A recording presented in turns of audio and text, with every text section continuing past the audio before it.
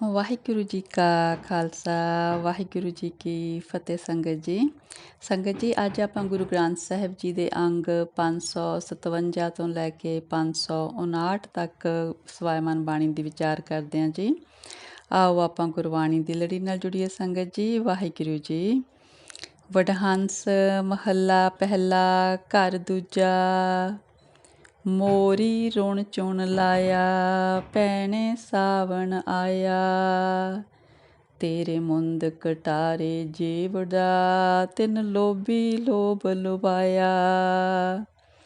ਤੇਰੇ ਦਰਸ਼ਨ ਵਿਟੋਂ ਖੰਨੀਐ ਵੰਜਾਂ, ਤੇਰੇ ਨਾਮ ਵਿਟੋਂ ਕੁਰਬਾਣੋ।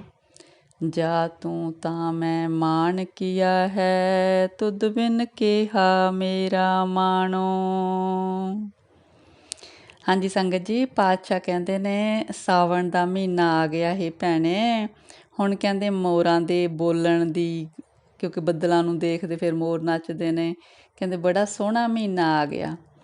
ਕਹਿੰਦੇ ਇਸ ਮਹੀਨੇ ਦੇ ਵਿੱਚ ਕੁਦਰਤ ਦੇ ਵਿੱਚ ਪਰਮੇਸ਼ਰ ਨੂੰ ਦੇਖ ਕੇ ਮੇਰਾ ਮਨ ਪਰਮੇਸ਼ਰ 'ਤੇ ਕਹਿੰਦੇ ਮੋਹਿਆ ਗਿਆ। ਕੁਦਰਤ ਦੇ ਵਿੱਚੋਂ ਕਾਦਰ ਦੇ ਦਰਸ਼ਨ ਕਰਕੇ ਮੇਰਾ ਕਹਿੰਦੇ ਮਨ ਮੋਹਿਆ ਗਿਆ।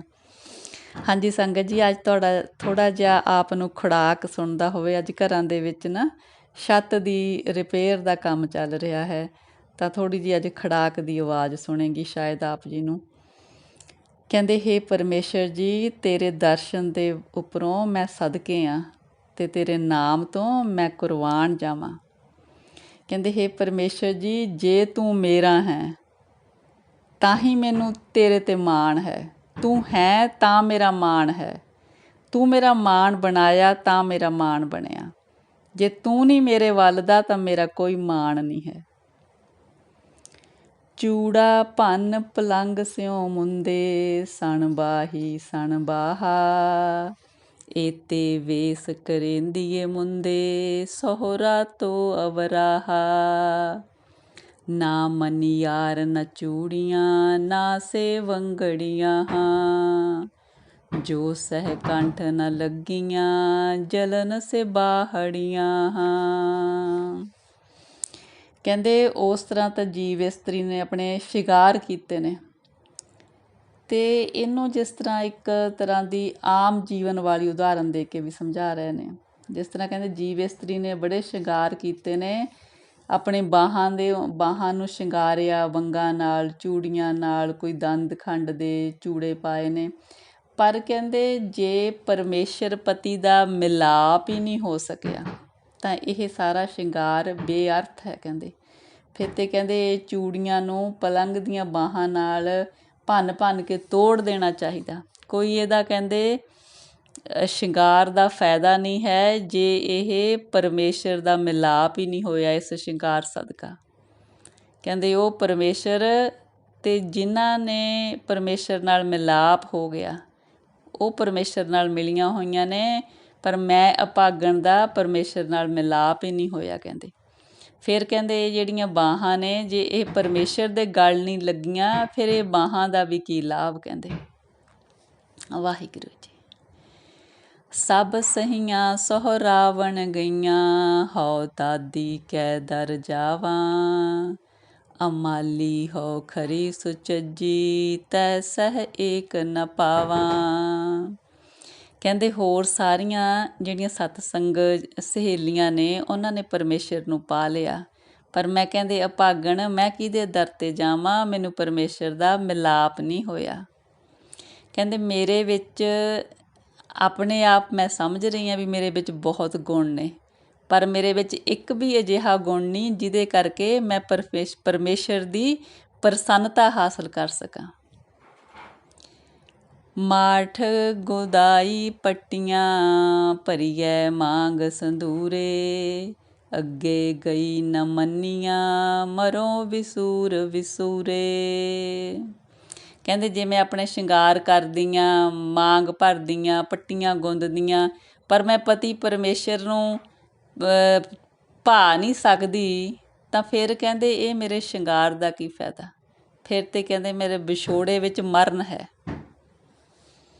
ਮੈਂ ਰੋ ਬੰਦੀ ਸਭ ਜਗ ਰੁੰਨਾ, ਰੁਨੜੇ ਵਣੂ ਪਖੇਰਿਉ। ਇਕ ਨਾ ਰੋਨਾ ਮੇਰੇ ਤਨ ਕਾ ਬਿਰਹਾ, ਜਿਨ ਹੋ ਪਿਰੋ ਵਿਛੋੜੀ। ਕਹਿੰਦੇ ਮੇਰੀ ਇਹ ਤਰਸਯੋਗ ਹਾਲਤ ਦੇਖ ਕੇ, ਜੋ ਮੈਂ ਪਤੀ ਪਰਮੇਸ਼ਰ ਦੀ ਵਿਛੋੜੇ ਵਿੱਚ ਰੋਂਦੀ ਹਾਂ, ਇਹਨੂੰ ਦੇਖ ਕੇ ਸਾਰਾ ਜੱਗ ਮੇਰੇ 'ਤੇ ਤਰਸ ਕਰ ਰਿਹਾ, ਅਤੇ ਸਾਰੇ ਵਣ ਦੇ ਜਿਹੜੇ ਪੰਛੀ ਨੇ ਉਹ ਮੇਰੇ 'ਤੇ ਤਰਸ ਖਾ ਰਹੇ ਨੇ। ਪਰ ਇੱਕ ਕਹਿੰਦੇ ਜਿਹੜਾ ਮੇਰਾ ਤਨ ਦਾ ਬਿਰਹਾ, ਜਿਹਨੇ ਮੈਨੂੰ ਪਰਮੇਸ਼ਰ ਨਾਲੋਂ ਵਿਛੋੜਿਆ, ਇੱਕ ਉਹੀ ਨਹੀਂ ਮੇਰੇ 'ਤੇ ਤਰਸ ਖਾ ਰਿਹਾ। ਸੁਪਨੇ ਆਇਆ ਪੀ ਗਿਆ, ਮੈਂ ਜਲ ਭਰਿਆ ਰੋਏ। ਆਏ ਨ ਸਕਾਂ ਤੁਝ ਕੰਨ ਪਿਆਰੇ, ਭੇਜ ਨ ਸਕਾਂ ਕੋਏ। ਫਿਰ ਕਹਿੰਦੇ ਜੇ ਕਿਤੇ ਪਰਮੇਸ਼ਰ ਦਾ ਮੈਨੂੰ ਦਰਸ਼ਨ ਸੁਪਨੇ ਵਿੱਚ ਹੋ ਗਿਆ, ਪਰ ਸੁਪਨਾ ਵੀ ਕਹਿੰਦੇ ਥੋੜ੍ਹੀ ਦੇਰ ਲਈ ਹੁੰਦਾ, ਫਿਰ ਪਰਮੇਸ਼ਰ ਨਾਲੋਂ ਵਿਛੋੜਾ ਪੈ ਗਿਆ। ਫਿਰ ਕਹਿੰਦੇ ਹੇ ਪਰਮੇਸ਼ਰ ਜੀ, ਨਾ ਤਾਂ ਮੈਂ ਤੁਹਾਡੇ ਤੱਕ ਕੋਈ ਸੰਦੇਸ਼ ਭੇਜ ਸਕਦੀ ਹਾਂ ਕਿ ਮੈਂ ਤੁਹਾਡੇ ਵਿਛੋੜੇ 'ਚ ਹਾਂ, ਅਤੇ ਨਾ ਹੀ ਮੈਂ ਆਪ ਤੁਹਾਡੇ ਨਾਲ ਮਿਲਾਪ ਪ੍ਰਾਪਤ ਕਰ ਸਕਦੀ ਹਾਂ। ਇਹ ਤਾਂ ਤੁਸੀਂ ਹੀ ਮੇਰੇ 'ਤੇ ਰਹਿਮਤ ਕਰੋ, ਮੈਨੂੰ ਆਪਣਾ ਮਿਲਾਪ ਬਖਸ਼ੋ। ਆਓ ਸੁਭਾਗੀ ਨੀਂਦੜੀਏ, ਮਤ ਸਹੁ ਦੇਖਾਂ ਸੋਏ। ਤੈ ਸਾਹਿਬ ਕੀ ਬਾਤ ਜੇ ਆਖੈ, ਕਹੋ ਨਾਨਕ ਕਿਆ ਦੀਜੈ। ਸੀਸ ਵੱਡੇ ਕਰ ਬੈਸਣ ਦੀਜੈ, ਵਿਣ ਸਿਰ ਸੇਵ ਕਰੀਜੈ। ਕਿਉਂ ਨਾ ਮਰੀਜੈ ਜੀਅੜਾ ਨਾ ਦੀਜੈ, ਜਾ ਸੋ ਪਿਹਾ ਵਡਾਣਾ। ਕਹਿੰਦੇ ਹੇ ਨੀਂਦੇ ਤੂੰ ਹੀ ਆ ਜਾ। ਕਹਿੰਦੇ ਫਿਰ ਸੁਪਨਾ ਆਊਗਾ, ਸੁਪਨੇ ਵਿੱਚ ਪਰਮੇਸ਼ਰ ਨਾਲ ਮੇਰਾ ਮਿਲਾਪ ਹੋ ਜਾਊਗਾ। ਕਹਿੰਦੇ ਫਿਰ ਜੇ ਕੋਈ ਸਤਸੰਗੀ ਸਹੇਲੀ, ਕੋਈ ਸੇਵਕ ਜਨ ਮੈਨੂੰ ਪਰਮੇਸ਼ਰ ਦੀ ਗੱਲ ਸੁਣਾਵੇ, ਤਾਂ ਮੈਂ ਉਹਦੀ ਕਿਵੇਂ ਸੇਵਾ ਕਰ ਸਕਾਂ। ਕਹਿੰਦੇ ਉਹਦੀ ਸੇਵਾ ਤਾਂ ਇਸ ਤਰ੍ਹਾਂ ਹੋਊਗੀ ਕਿ ਆਪਣਾ ਸੀਸ ਹੀ ਵੱਢ ਕੇ ਉਹਦੇ ਚਰਨਾਂ 'ਚ ਰੱਖਦਾ, ਅਤੇ ਫਿਰ ਸੀਸ ਤੋਂ ਬਿਨਾਂ ਹੀ ਸੇਵਾ ਕਰਾਂ। ਇਹ ਹੈ ਸੀਸ ਦਾ ਵੱਢਣਾ, ਕਿ ਆਪਾ ਭਾਵ ਗਵਾ ਦੇਣਾ। ਕਿਸੇ ਦੇ ਅੱਗੇ ਬਹੁਤ ਨਿਮਰਤਾ ਦੇ ਨਾਲ ਪੇਸ਼ ਆਉਣਾ, ਅਤੇ ਆਪਾ ਭਾਵ ਗਵਾ ਕੇ ਕਿਸੇ ਦੀ ਸੇਵਾ ਕਰਨੀ। ਇਸ ਤਰ੍ਹਾਂ ਕਹਿੰਦੇ ਮੈਂ ਉਹਦੀ ਸੇਵਾ ਕਰਾਂ। ਕਹਿੰਦੇ ਕਿਉਂ ਨਾ ਮੇਰਾ ਆਪਾ ਭਾਵ ਖਤਮ ਹੋ ਜਾਏ, ਕਿਉਂ ਨਾ ਮੈਂ ਆਪਣੀ ਜਿੰਦ ਪਰਮੇਸ਼ਰ ਤੋਂ ਕੁਰਬਾਨ ਕਰ ਦੇਵਾਂ। ਕਹਿੰਦੇ ਜੋ ਪਰਮੇਸ਼ਰ ਹੋਰ ਕਿਸੇ ਨਾਲ ਮਿਲਾਪ ਪਰਮੇਸ਼ਰ ਦਾ ਹੋ ਗਿਆ, ਅਤੇ ਮੈਂ ਪਰਮੇਸ਼ਰ ਦਾ ਮਿਲਾਪ ਪ੍ਰਾਪਤ ਕਰਨ ਲਈ ਕਿਉਂ ਨਾ ਆਪਣੀ ਜਿੰਦ ਪਰਮੇਸ਼ਰ ਤੋਂ ਕੁਰਬਾਨ ਕਰ ਦੇਵਾਂ, ਕਿਉਂ ਨਾ ਮੈਂ ਆਪਣਾ ਆਪਾ ਭਾਵ ਵਾਰ ਦਿਆਂ। ਵਾਹਿਗੁਰੂ ਜੀ, ਵਾਹਿਗੁਰੂ ਜੀ। ਵਡਹੰਸ ਮਹੱਲਾ ਤੀਜਾ, ਘਰ ਪਹਿਲਾ, ਇੱਕ ਓਂਕਾਰ ਸਤਿਗੁਰ ਪ੍ਰਸਾਦ। ਮਨ ਮੈਲੇ ਸਭ ਕਿਛ ਮੈਲਾ, ਤਨ ਧੋਤੈ ਮਨ ਅੱਛਾ ਨਾ ਹੋਏ। ਇਹ ਜਗਤ ਭਰਮ ਭੁਲਾਇਆ, ਬਿਰਲਾ ਬੂਝੈ ਕੋਏ। ਜਪ ਮਨ ਮੇਰੇ ਤੂੰ ਏਕੋ ਨਾਮ, ਸਤਿਗੁਰ ਦੀਆ ਮੋਕੋ ਇਹ ਨਿਧਾਨ ਰਹਾਓ। ਹਾਂਜੀ ਸੰਗਤ ਜੀ, ਪਾਤਸ਼ਾਹ ਕਹਿੰਦੇ ਨੇ ਜਦੋਂ ਜੀਵ ਦਾ ਮਨ ਮੈਲਾ ਵਿਕਾਰਾਂ ਨਾਲ ਭਰਿਆ, ਫਿਰ ਉੱਪਰੋਂ ਸਰੀਰ ਨੂੰ ਇਕੱਲਾ ਸਾਫ਼ ਕਰਨ ਦੇ ਨਾਲ ਮਨ ਸਾਫ਼ ਨਹੀਂ ਹੋ ਸਕਦਾ। ਕਹਿੰਦੇ ਇਹ ਜਿਹੜਾ ਜਗਤ ਹੈ ਨਾ, ਇਹ ਭਰਮ ਵਿੱਚ ਭੁੱਲਾ ਹੋਇਆ, ਤੀਰਥ ਇਸ਼ਨਾਨਾਂ 'ਤੇ ਭੱਜਿਆ ਫਿਰਦਾ। ਇਸ ਚੀਜ਼ ਨੂੰ ਕੋਈ ਵਿਰਲਾ ਹੀ ਸਮਝ ਸਕਦਾ ਵੀ ਤਨ ਦੀ ਸਫਾਈ ਦੇ ਨਾਲ ਮਨ ਦੀ ਸਫਾਈ ਨਹੀਂ ਹੁੰਦੀ। ਮਨ ਦੀ ਸਫਾਈ ਅਲੱਗ ਹੈ, ਤਨ ਦੀ ਸਫਾਈ ਅਲੱਗ ਹੈ। ਕਹਿੰਦੇ ਹੇ ਮੇਰੇ ਮਨ, ਤੂੰ ਉਸ ਇੱਕ ਪਰਮੇਸ਼ਰ ਦਾ ਨਾਮ ਜਪ। ਕਹਿੰਦੇ ਮੈਨੂੰ ਪਰਮੇਸ਼ਰ ਕੋਲੋਂ ਇਹ ਖਜ਼ਾਨਾ ਨਾਮ ਦਾ ਮਿਲਿਆ। ਸਿੱਧਾਂ ਕੇ ਆਸਣ ਜੇ ਸਿੱਖੈ, ਇੰਦਰੀ ਵਸ ਕਰ ਕਮਾਏ। ਮਨ ਕੀ ਮੈਲ ਨ ਉਤਰੈ, ਹਉਮੈ ਮੈਲ ਨ ਜਾਏ। ਫਿਰ ਕਹਿੰਦੇ ਜਿਹੜੇ ਸਿੱਧ ਲੋਕ ਨੇ, ਉਹ ਸਿੱਧੀਆਂ ਰਾਹੀਂ ਸੋਚਦੇ ਨੇ ਵੀ ਪਰਮੇਸ਼ਰ ਦੀ ਪ੍ਰਾਪਤੀ ਹੋ ਜਾਣੀ ਆ। ਉਹ ਜਿਸ ਤਰ੍ਹਾਂ ਆਪਣੀ ਇੰਦਰੀਆਂ ਨੂੰ ਵਸ ਕਰਦੇ ਨੇ, ਇਸ ਤਰ੍ਹਾਂ ਦੇ ਆਸਣ ਕਹਿੰਦੇ ਸਿੱਖਦੇ ਨੇ, ਲਾਉਂਦੇ ਨੇ। ਪਰ ਕਹਿੰਦੇ ਇਸ ਤਰ੍ਹਾਂ ਕਰਨ ਦੇ ਨਾਲ ਵੀ ਮਨ ਦੀ ਮੈਲ ਤੇ ਹਉਮੈ ਦੀ ਮੈਲ ਆਸਣ ਲਾਉਣ ਦੇ ਨਾਲ, ਯੋਗ ਦੇ ਨਾਲ ਅੰਦਰੋਂ ਖਤਮ ਨਹੀਂ ਹੁੰਦੀ। ਇਸ ਮਨ ਕੋ ਹੋਰ ਸੰਜਮ ਕੋ ਨਾਹੀ, ਵਿਨ ਸਤਿਗੁਰ ਕੀ ਸਰਣ ਆਏ। ਕਹਿੰਦੇ ਸਤਿਗੁਰ ਦੀ ਸ਼ਰਨ ਵਿੱਚ ਪੈਣ ਤੋਂ ਬਿਨਾਂ ਹੋਰ ਕਿਸੇ ਸੰਜਮ ਦੇ ਰਾਹੀਂ ਮਨ ਸੋਧਿਆ ਨਹੀਂ ਜਾ ਸਕਦਾ। ਜਦੋਂ ਸਤਿਗੁਰ ਦੀ ਸ਼ਰਨ ਪੈਂਦੇ ਹਾਂ ਫਿਰ ਕਿਸ ਤਰ੍ਹਾਂ ਮਨ ਦੀ ਸੁਧਾਈ ਹੁੰਦੀ ਹੈ, ਉਹ ਦੱਸਦੇ ਨੇ ਹੁਣ ਅੱਗੇ। ਸਤਿਗੁਰ ਮਿਲਿਐ ਉਲਟੀ ਪਈ, ਕਹਿਣਾ ਕਿਛੂ ਨਾ ਜਾਏ। ਭਣਤ ਨਾਨਕ ਸਤਿਗੁਰ ਕੋ ਮਿਲ ਦੋ ਮਰੈ, ਗੁਰ ਕੈ ਸ਼ਬਦ ਫਿਰ ਜੀਵੈ ਕੋਏ। ਕਹਿੰਦੇ ਸਤਿਗੁਰ ਦੀ ਸ਼ਰਨ ਆਏ ਆ, ਜਿਹੜਾ ਜੀਵ ਦਾ ਮਨ ਆ ਉਹ ਸੰਸਾਰ ਵੱਲੋਂ ਉਲਟ ਕੇ ਨਿਰੰਕਾਰ ਵੱਲ ਲੱਗ ਜਾਂਦਾ। ਫਿਰ ਨਾਨਕ ਜੀ ਬੇਨਤੀ ਕਰਦੇ ਨੇ ਕਿ ਜਦੋਂ ਸਤਿਗੁਰ ਦੇ ਨਾਲ ਮਿਲਾਪ ਹੁੰਦਾ ਨਾ, ਫਿਰ ਜੀਵ ਸਤਿਗੁਰ ਦੇ ਸ਼ਬਦ ਰਾਹੀਂ ਵਿਕਾਰਾਂ ਵੱਲੋਂ ਮਰ ਜਾਂਦਾ ਅਤੇ ਉਹਨੂੰ ਆਤਮਿਕ ਜੀਵਨ ਮਿਲ ਜਾਂਦਾ। ਮਮਤਾ ਕੀ ਮਲ ਉਤਰੈ, ਇਹ ਮਨ ਅੱਛਾ ਹੋਏ। ਫਿਰ ਸਤਿਗੁਰ ਦੀ ਸ਼ਰਨ ਆਉਣ ਦੇ ਨਾਲ ਜੀਵ ਦੇ ਅੰਦਰੋਂ ਮਾਇਆ ਦੀ ਮਮਤਾ ਦੀ ਮੈਲ ਵੀ ਉਤਰ ਜਾਂਦੀ ਆ। ਇਸ ਤਰ੍ਹਾਂ ਮਨ ਦੀ ਸੁਧਾਈ ਹੋ ਜਾਂਦੀ ਆ। ਵਡਹੰਸ ਮਹੱਲਾ ਤੀਜਾ, ਨਦਰੀ ਸਤਿਗੁਰ ਸੇਵੀਐ, ਨਦਰੀ ਸੇਵਾ ਹੋਏ। ਨਦਰੀ ਇਹ ਮਨ ਵਸ ਆਵੈ, ਨਦਰੀ ਮਨ ਨਿਰਮਲ ਹੋਏ।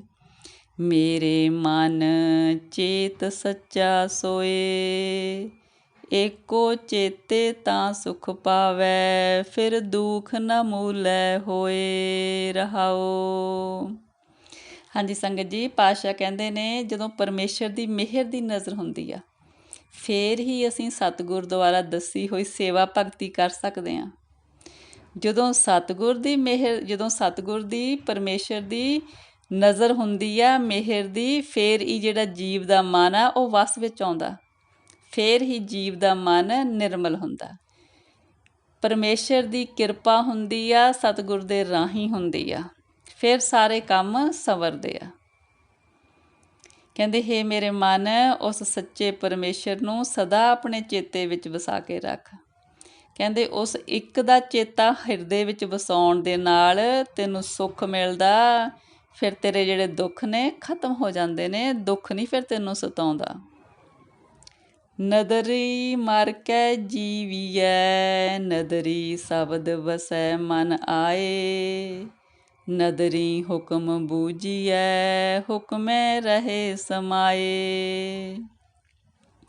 ਜਦੋਂ ਕਹਿੰਦੇ ਪਰਮੇਸ਼ਰ ਦੀ ਰਹਿਮਤ ਹੁੰਦੀ ਆ ਫਿਰ ਜੀਵ ਨੂੰ ਆਤਮਿਕ ਜੀਵਨ ਮਿਲਦਾ, ਵਿਕਾਰਾਂ ਵੱਲੋਂ ਮੌਤ ਹੁੰਦੀ ਆ ਅਤੇ ਗੁਰੂ ਦਾ ਸ਼ਬਦ ਮਨ ਵਿੱਚ ਵਸ ਜਾਂਦਾ।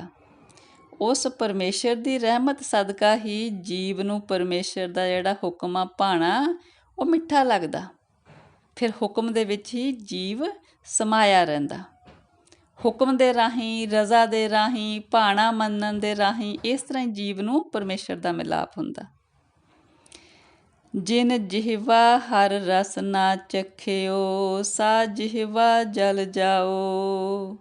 ਅਨ ਰਸ ਸਾਦੇ ਲਗ ਰਹੀ, ਦੁੱਖ ਪਾਇਆ ਦੂਜੈ ਪਾਏ। ਕਹਿੰਦੇ ਜਿਹੜੀ ਜੀਵਾ ਨੇ ਪਰਮੇਸ਼ਰ ਦੇ ਨਾਮ ਦਾ ਰਸ ਨਹੀਂ ਚੱਖਿਆ ਉਹ ਜੀਵਾ ਤੇ ਕਹਿੰਦੇ ਸੜ ਬਲ ਜਾਏ।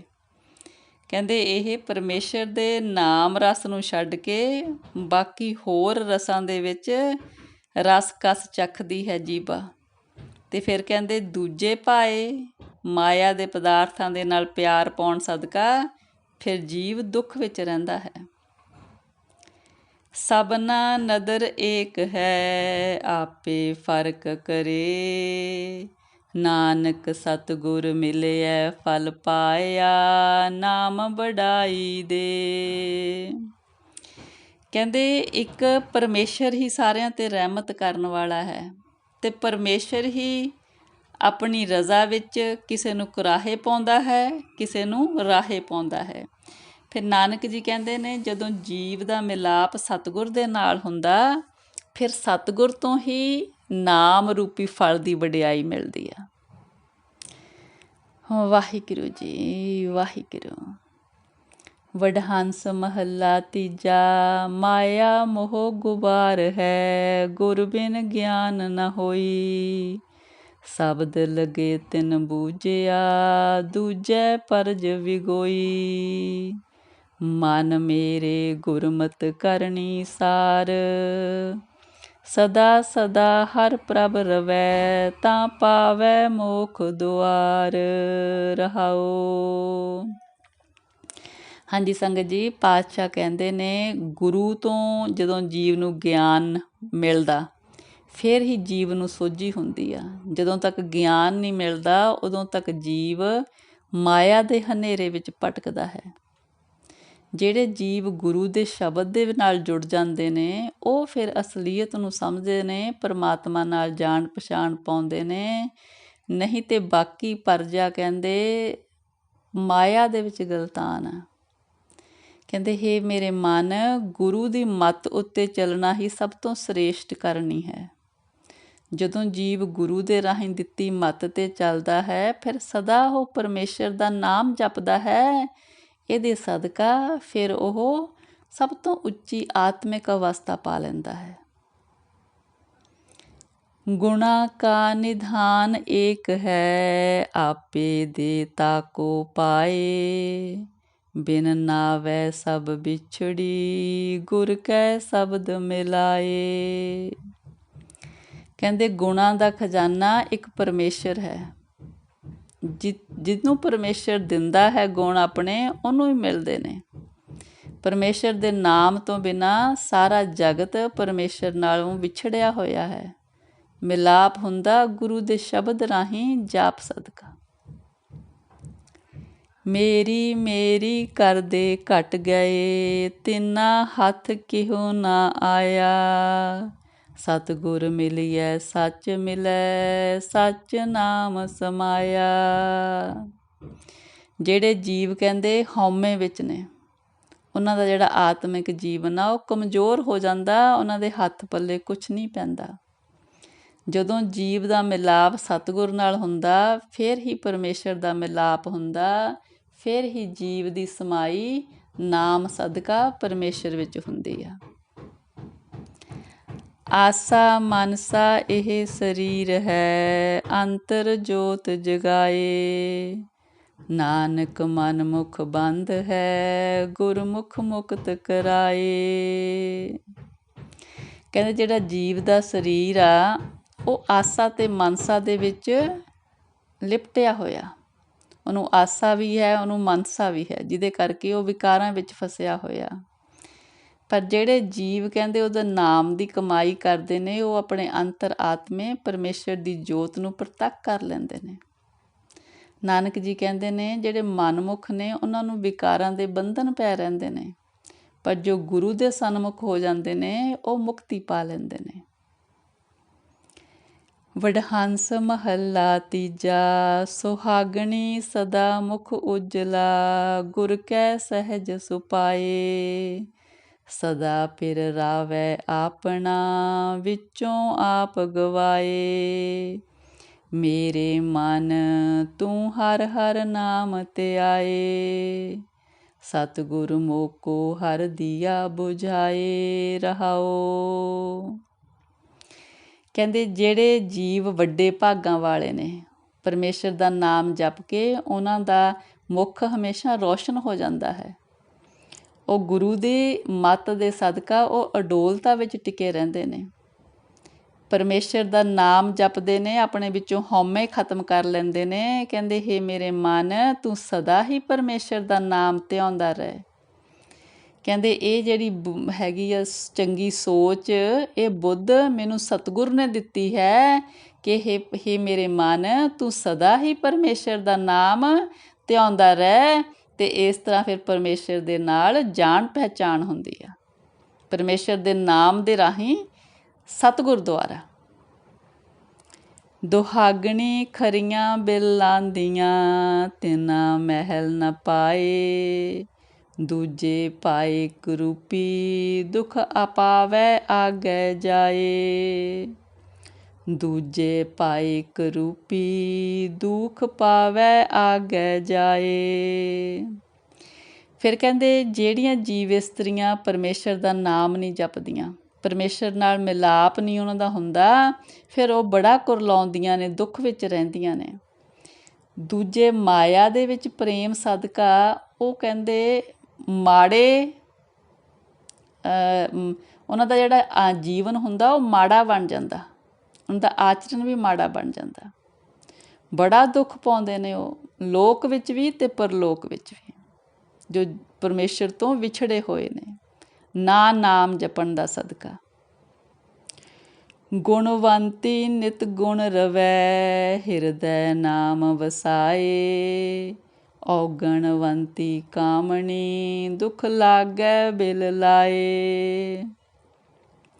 ਜਿਹੜੇ ਜੀਵ ਕਹਿੰਦੇ ਪਰਮੇਸ਼ਰ ਦਾ ਨਾਮ ਜਪਦੇ ਨੇ ਉਹਨਾਂ ਦੇ ਅੰਦਰ ਗੁਣਾਂ ਦਾ ਵਾਸਾ ਹੋ ਜਾਂਦਾ, ਉਹ ਪਰਮੇਸ਼ਰ ਦੇ ਗੁਣਾਂ ਦਾ ਗਾਇਨ ਕਰਦੇ ਨੇ ਅਤੇ ਉਹ ਪਰਮੇਸ਼ਰ ਦੇ ਗੁਣਾਂ ਨੂੰ ਪਾ ਲੈਂਦੇ ਨੇ, ਉਹਨਾਂ ਦੇ ਵਿੱਚ ਆਪ ਗੁਣ ਆ ਜਾਂਦੇ ਨੇ। ਪਰ ਜਿਹੜੇ ਗੁਣਹੀਨ ਨੇ, ਕਿਉਂਕਿ ਪਰਮੇਸ਼ਰ ਦਾ ਨਾਮ ਨਹੀਂ ਜਪਦੇ, ਉਹਦੀ ਸਿਫਤ ਸਲਾਹ ਨਹੀਂ ਕਰਦੇ, ਉਹਦੇ ਗੁਣ ਨਹੀਂ ਗਾਉਂਦੇ, ਉਹਨਾਂ ਵਿੱਚ ਕੋਈ ਗੁਣ ਨਹੀਂ ਆਉਂਦੇ ਪਰਮੇਸ਼ਰ ਦੇ, ਉਹ ਸਦਾ ਹੀ ਦੁੱਖ ਦੇ ਵਿੱਚ ਰੋਂਦੇ ਨੇ। ਸਭਨਾ ਕਾ ਪਤਾਰ ਏਕ ਹੈ ਸੁਆਮੀ, ਕਹਿਣਾ ਕਿਛੂ ਨ ਜਾਏ।